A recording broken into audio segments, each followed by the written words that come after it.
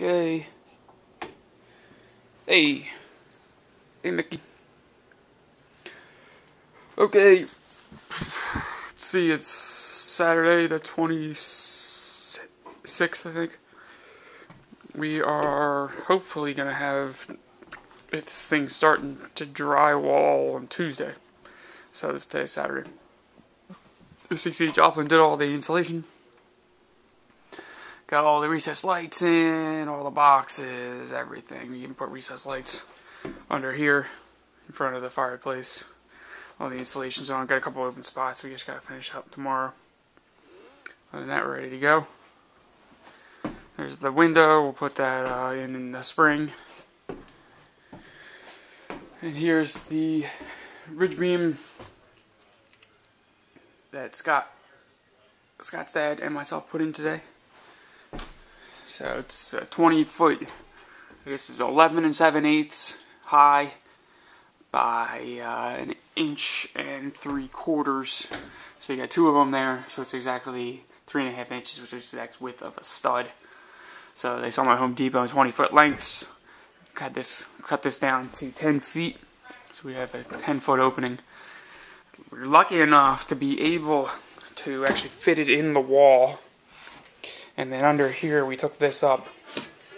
There's a joist here and then a joist here. The interesting thing is that this wall is actually only sitting on half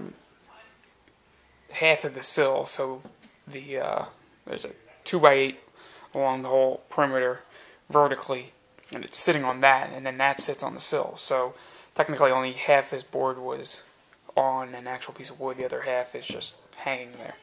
So we jammed in a 2x10, and that sits right on top of the concrete foundation of the house.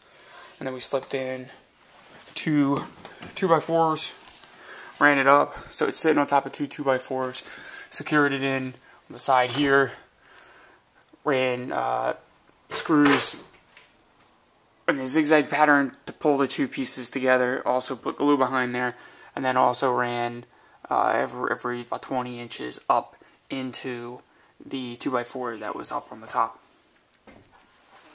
that the floor joists for the second floor are sitting on.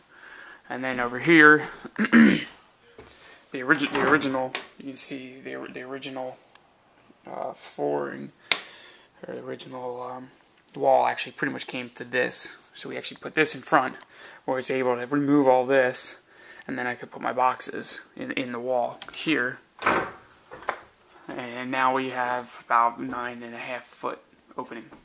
And the nice thing about putting the studs on the inside of this wall is now, instead of having a bump out here, which we were planning on having like about a 6 to 8 inch bump out here, we now have it going straight across, and then we can just pretty much feather this in and have one full wall here between this window and that window. So if everyone wants to put a big hutch or something, we can put it on the actual the wall, instead of pretty much having a waste of a wall, because you can't put anything in between there because they would have had a bump out.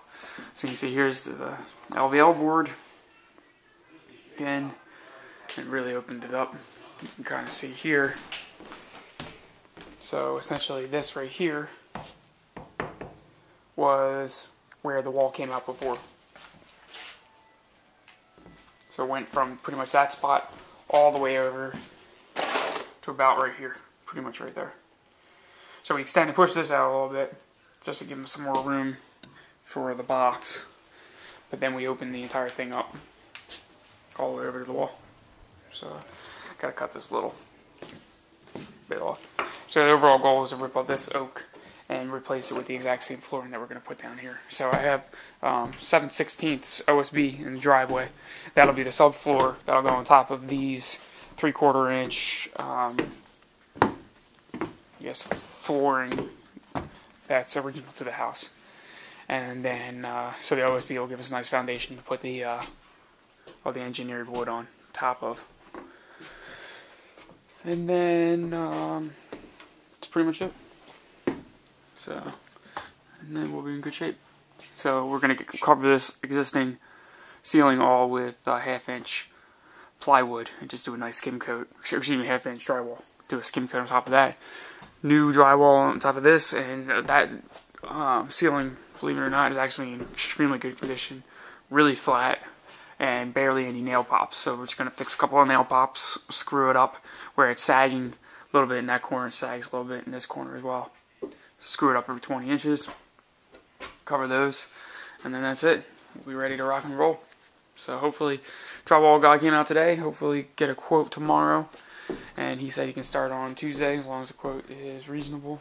Have him start Tuesday. He'll be done by Saturday. And then ordered the cabinets yesterday. Should have the cabinets either by this weekend or next weekend. So we'll start putting the cabinets in. Also build out this wall here. So essentially what's going to happen is, right where this line is here, the cabinets are going to come to that edge. And then where you see this line here, that's going to be the edge of the countertop. So this is going to be pretty deep. So it's going to be essentially from there all the way over. And then the countertop will hang about an inch over. So there'll be a big void here, which will cover up. But that's not that big of a deal. So, and then that's it. So then the only thing I got to do is run the gas line. You see that huge beam going across, perfectly straight. Just used the house jacks jacked up to hold the studs, the floor, the ceiling joists, and it worked very well.